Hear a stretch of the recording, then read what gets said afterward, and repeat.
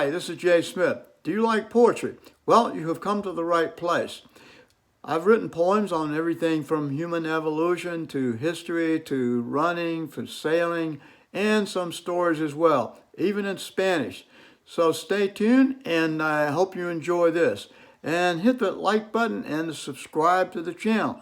Okay, see you later. Hi, do you ever think about the future? I'm sure you do because everyone does. But what can we say about the future? Well, I'm going to tell you a little bit about what I think. We'll start off with the past and then the near current future and the far future. So the name of this is called Predicting the Future, and I hope you enjoy it. This is S.J. Smith with the Poetry Channel. Predicting the future. Considering the future. The future is a most risky prospect to behold. It's obscure and yet to unfold. Some of our future is quite near. Therefore, it should be predictable and clear. But the further out in time we go, our vision is cloudier, we know. It's hard for us to think very far. The future seems quite bizarre. To predict the future, we must understand the past, else tomorrow might be our last. So to the past, let's proceed. Maybe this will help meet our need. The past. While written history reaches back 5,000 years or so, there's much more distance in time to go. Yes, proto-humans lived much farther back. They could make tools, cook, think, and act. If we remove all forms of humans from our thoughts, certainly eons we may go. But this would be a huge stretch for our futuristic imagination, you know. The present to the near future. So to the present, let's return and see if there's anything that we can learn. How long will our big problems of today stick around and be in play? Surely we're smart enough to know political problems swiftly come and go. Venezuela, Iran, Iraq, Afghanistan. In 50 years, surely these won't stand. Perhaps difficulties between China and Taiwan will be resolved.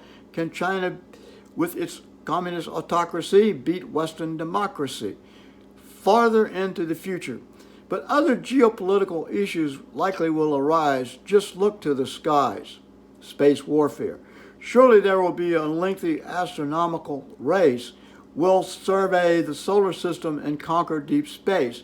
Can you imagine cities on Mars and the moon? By the end of this century, does this seem soon? Perhaps these people will develop their own identity and from Earth seek to be free. Certainly asteroids would be visited and riches acquired if Bezos and Musk had the drive and so desired. Too further out in space, humanity will reckon. Those distant stars will beckon. Such an expedition could take hundreds of years to complete, but the payoff could not be beat. Consider the pyramids are 5,000 years old. A few hundred years is not much to behold. But to reach the stars, hundreds of years may not be enough. We'd better consider thousands. That's the stuff.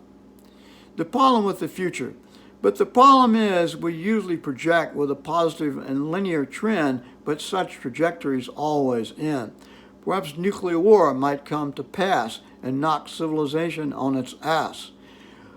Two, a changing climate will unfold. Its effects on nature and human are as yet fully untold.